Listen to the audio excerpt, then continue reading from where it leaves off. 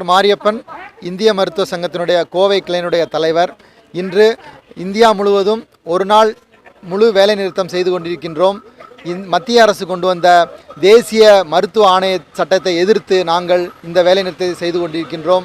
இந்த புதிய சட்டத்தின்படி மருத்துவர்களை ஆள்வதற்கு மருத்துவர் அல்லாத நபர்கள் நியமிக்கப்படுவார்கள்.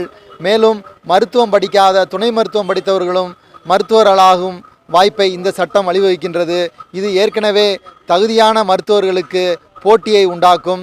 மேலும் பொதுமக்களுக்கு தகுதி குறைந்தவர்களால் மருத்துவம் சேவை கிடைக்கும்.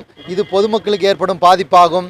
மருத்துவக் கல்லூரியை வியாபாரமாக ஆக்கும் நோக்கில் 50% இடங்களுக்கான கட்டணங்களை மருத்துவக் கல்லூரிகளே நியமிக்கலாம் என்ற விதியையும் இது உருவாக்கியுள்ளது. இது எதிர்காலத்தில் மருத்துவக் கல்லூரி வியாபாரமாகி இந்த மருத்துவ சேவை பாதிக்கப்படும். மேலும் தனியார் மருத்துவக் கல்லூரிகளில் படிக்கும் மருத்துவர்கள் தகுதி குறைவாக இருந்தால் இந்த மருத்துவ சேவை பாதிக்கப்படும். எங்களை ஆள்வதற்கு மருத்துவர்களாகிய நாங்களே ஜனநாயக முறைப்படி தேர்ந்தெடுத்து உறுப்பினர்களை உருவாக்கும் இந்திய மருத்துவ கவுன்சிலை திரும்ப கொண்டு வர வேண்டும். மருத்துவர் அல்லாத நபர்கள் நிர்வகிக்கும் இந்த தேசிய மருத்துவ ஆணையத்தை நாங்கள் எதிர்க்கின்றோம். அதனால் பொதுமக்களாய மக்கள் எங்களுக்கு ஆதரவு அளித்து உங்களுக்கு தரமான மருத்துவ சேவை கிடைக்க வழிவகுக்குமாறு வேண்டுகிறோம்.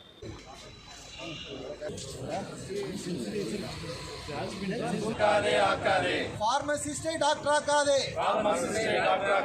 வேண்டாம் வேண்டாம், வேண்டும் வேண்டும் வேண்டும் வேண்டும். மெடிக்கல் கவுன்சில் வேண்டும். வேண்டவர்களையே நியமிக்க வேண்டும். மருத்துவர்களை ஆள மருத்துவர்களையே நியமிக்க வேண்டும். வேண்டாம் வேண்டாம் என்எம்சி வேண்டாம். வேண்டாம் வேண்டாம் என்எம்சி வேண்டாம்.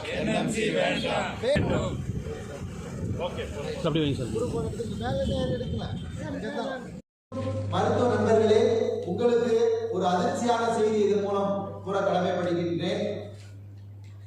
அதாவது மருத்துவர்கள் குறைவாக இருக்கின்றார்கள் என்ற நோக்கத்தில் செவிலியர்கள் நர்சஸ் அண்டும் ஒரு தேர்வு நடத்தி அவர்களும் இந்த நவீன மருத்துவம் பார்க்கலாம் என்ற உரிமத்தை மத்திய அரசு வழங்க. இதை எப்படி மருத்துவர்களாகிய நாம் ஏற்றுக்கொள்ளலாம்?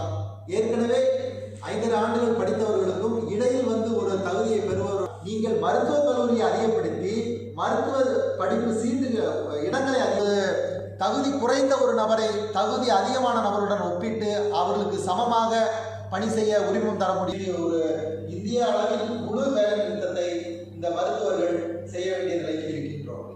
ஏனென்றால் இருந்தாலும் மருத்துவர்கள் மட்டுமே பதட்டம் இல்லாமல் தன்னுடைய மருத்துவ சேவை செய்து கொள்வதற்கு இந்த மனித சமூகம் அனுமதித்திருக்கிறது.